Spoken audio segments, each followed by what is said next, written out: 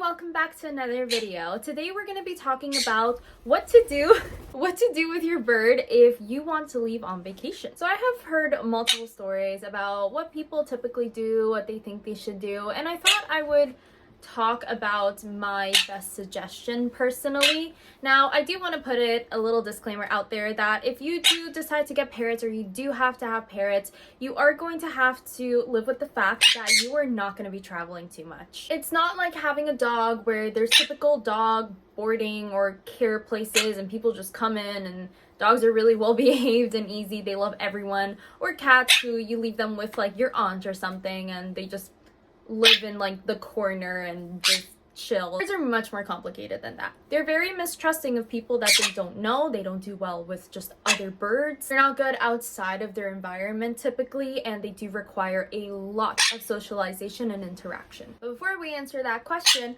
look how cute our new phone cases and pop sockets are in our shop. Wow, so cute. Let's look into what the typical options are. Number one, there are such thing as like bird boarding places where you bring them into their cage, they take care of them, they feed them their basic needs while you are away. Now, typically the only reason why I don't like this idea, one, it's a person that they don't know. Two, it can stress them out being outside their environment. Three, it can stress them out being around other birds. Four, not every single place is trustable. There have been horror stories where they take your bird and they just resell it. They take poor care of them, they get them sick. If this is a place where you barely know the person, it's sketchy. I wouldn't recommend it at all. The second one I've seen is people, and let me just tell you, this is straight up neglect and abuse, is just putting them in their cage and leaving them a bowl of food, a bowl of water, all alone, and then someone just comes into your house every day, changes it up, and then leaves them all alone, and that's it. They are in complete silence.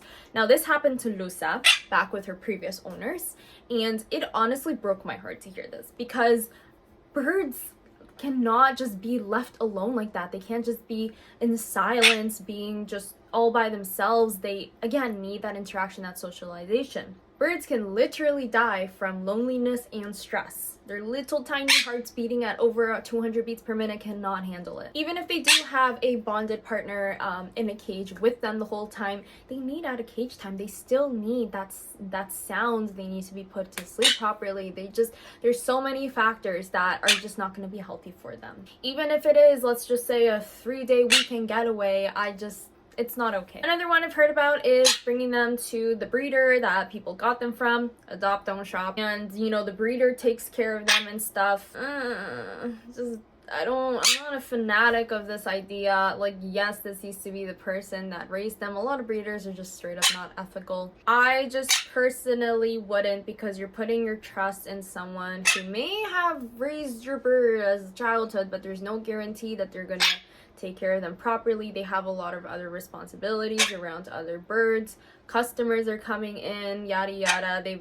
There's a chance for just forgetting about them, neglecting them, or them being unethical. So this is what my recommendation would be. For me, if I ever were to go on vacation, I would leave my birds with my parents. They are bonded to my parents. They know my parents very well.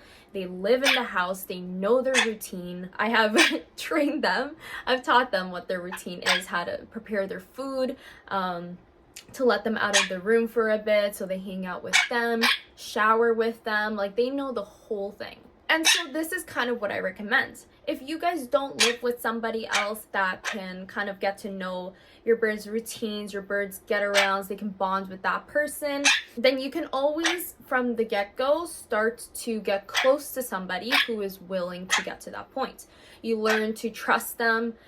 You get very close with them. Now, this could be a wild process, however you guys feel comfortable. Somebody that you can trust to basically stay at your home and be with your birds. Now, I understand for a lot of people, including myself, that is a big, big trust thing. But it should be somebody, whether someone you live with, somebody you want to over time develop this trusting relationship, that they can just come in, do the routine. Your birds trust them. Your birds you trust them that if your birds are gonna, misbehave or bite or just get rowdy, that person is gonna know how to handle them properly. Because there are people who, say, I can handle it, and then they can end up hurting your bird, they can end up neglecting your bird, they can just snap at them, and those are people you just don't want around your bird. You don't want to be worrying while you're off on vacation. Now, obviously, you're going to be checking in, you're going to be checking if everything's okay, answering any questions, but it should definitely be someone you have your full trust in, your bird has their full trust in.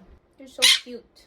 You're so cute. Now, I have also heard, and I forgot to put this in, about people who have sanctuaries nearby that they volunteer in, that they know the owners quite well, and this, I think, is another good option if you guys are still struggling with, let's say, the option I recommended. Sanctuaries are usually very good with taking care of their birds. Now, again, there is that factor about about a new environment, too much noise, new birds, people they don't know, that can stress them out. Now, there are birds who are pretty, good with this, and there are birds who are just not. Like, for example, with my birds, because they are free roaming, they are cage free, I cannot just put them in a cage and just leave them somewhere. They are not going to be okay with that. It's going to be stressful for them. But if you want to make friends with a sanctuary, or if you want to befriend someone who works at the sanctuary to trust them and come to your place, then that is another great idea. Keep in mind, typically those vacations are not going to be month-old vacations. They're probably going to be like a week. I notice my birds start to get very stressed when I'm gone for more than 4 days. That's usually been their max cap. They start to, blow up with my parents, and I feel so bad. They start to misbehave, they start to scream a lot, kind of being like, where is she, where is she? So yeah, that would be my answer to what to do while you guys are gone on vacation, kind of my input on it. I hope the video kind of helped out to give you guys some suggestions, some ideas. Make sure to like the video if you enjoyed it, hit subscribe if you want to see more of us. Comment down below if you have any other suggestion, experiences that you want to share. And I'll make sure to get back to you guys. Check out our social media links as well as our Etsy shop, and we'll see you guys next time. Bye-bye.